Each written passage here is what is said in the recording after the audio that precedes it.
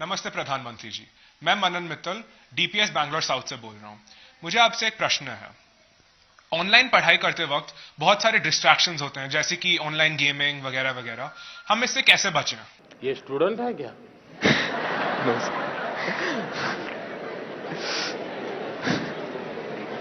वो गैजेट में ही खोते रहते होगे। जब से स्क्रीन और उसमें से रील, क्या होता है, एक बार शुरू करने के बाद निकलते हैं क्या उसमें से बाहर? क्या होता है? नहीं बोलेंगे। अच्छा, आप लोग कोई रील देखते नहीं है? नहीं देखते हैं ना?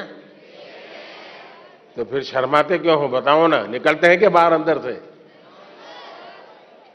देखिए, हमारी क्रिएटिव उम्र और हमारी क्रिएटिविटी का सामर्थ्य अगर एवरेज हिंदुस्तान में 6 घंटे स्क्रीन पर जाए तो ये बहुत चिंता का विषय है।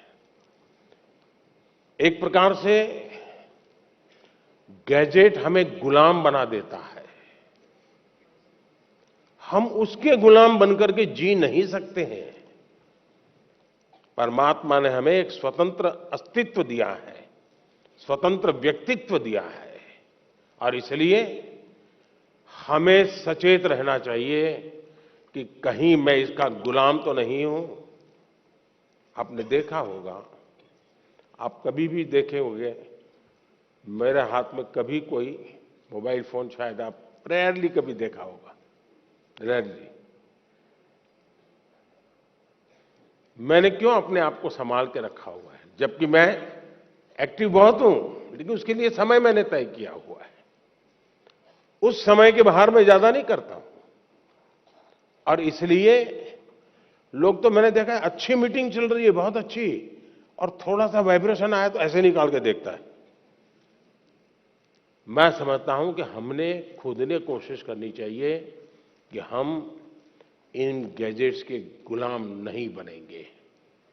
मैं एक स्वतंत्र व्यक्तित्व हूं, मेरा स्वतंत्र अस्तित्व है,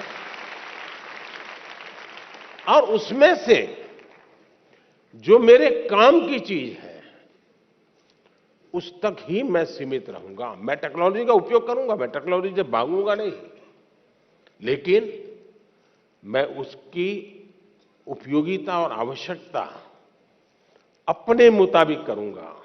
अगर आप उसमें फंस गए तो आपकी क्रिएटिविटी खत्म हो जाएगी। और इसलिए मेरा तो आग्रह रहेगा कि आप, दूसरा, हमारे यहां आरोग्य का जो शास्त्र है, पुरातन भारत में आरोग्य का, उसमें उपवास की परंपरा होती है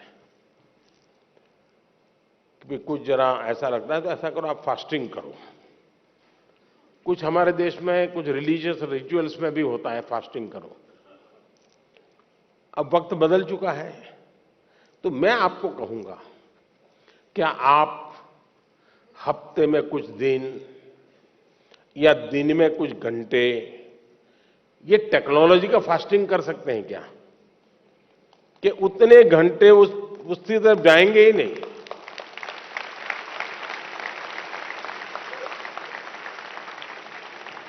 आपने देखा होगा, कई परिवार होते हैं, घर में बड़ा 10वीं 12वीं बड़ा टेंशन शुरू में ही हो जाता है।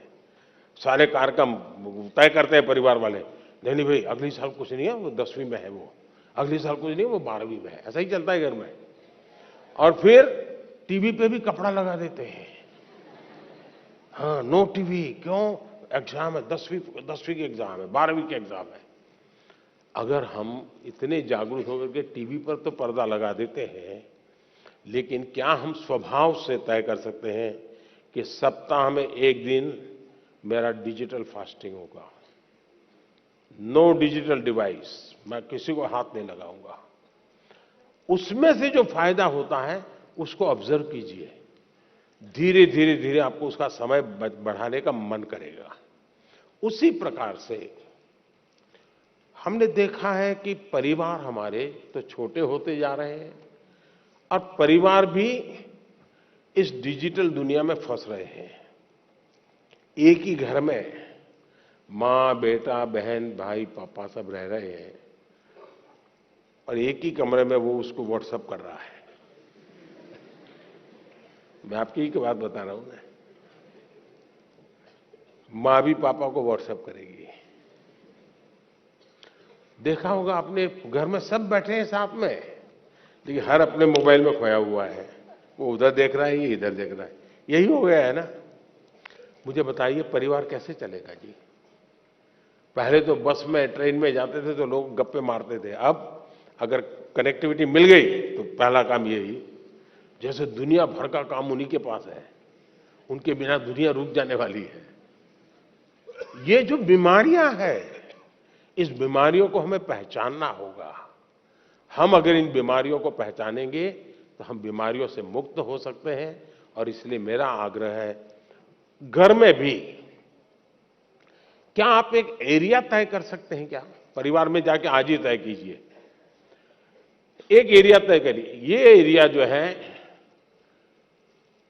नो टेक्नोलॉजी जोन, मतलब वहां टेक्नोलॉजी को एंट्री नहीं मिलेगी। वहां आना है घर के उस कोने में तो मोबाइल वहां रखते आओ और वहां आराम से बैठेंगे, बातें करेंगे।